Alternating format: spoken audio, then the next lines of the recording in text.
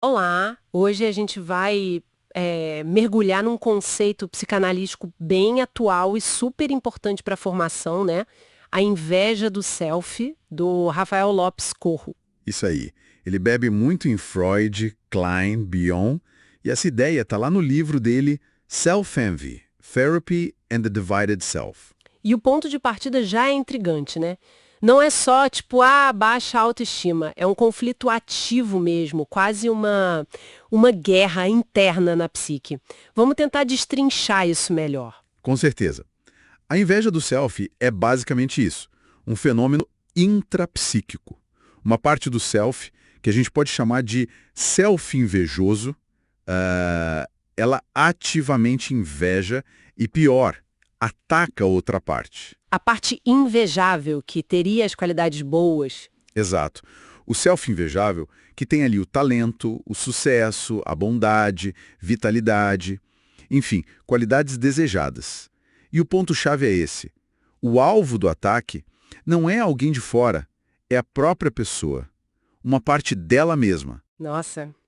Então, essa ideia de um ataque interno sugere uma fratura, né? Uma Uhum. cisão na pessoa.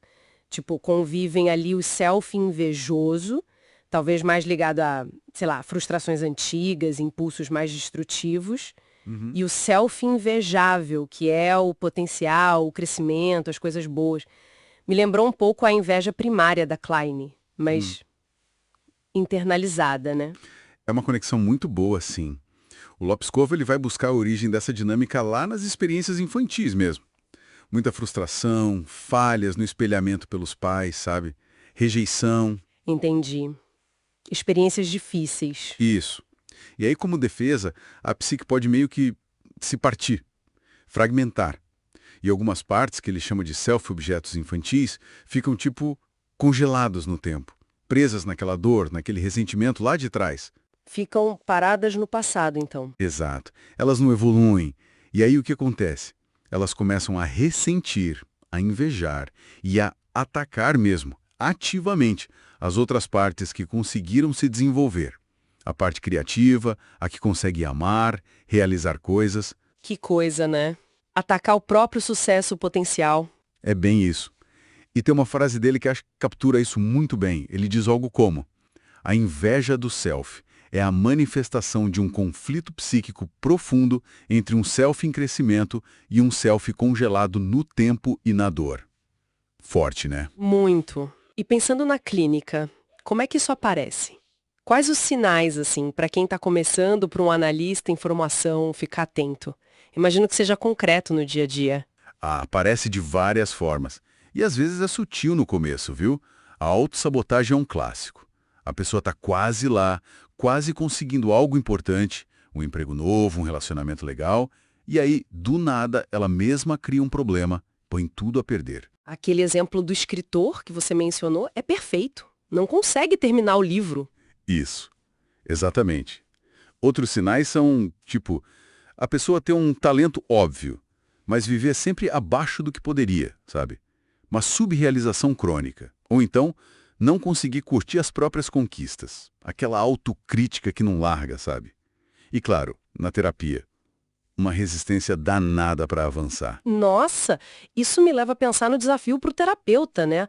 Como a gente identifica isso? Porque o paciente pode nem sacar o que está acontecendo, ou a resistência parece de um jeito mais disfarçado. É, esse é o ponto crucial mesmo. A resistência na terapia pode ser um sinalizador bem forte. O paciente fala que quer mudar, óbvio, mas inconscientemente, aquela parte, o self invejoso, está ali boicotando tudo. Porque não aguenta ver a outra parte melhorar. Exatamente, não suporta ver o self invejável se fortalecendo ou se beneficiando da análise. Isso é comum em funcionamentos mais narcisistas, limítrofes.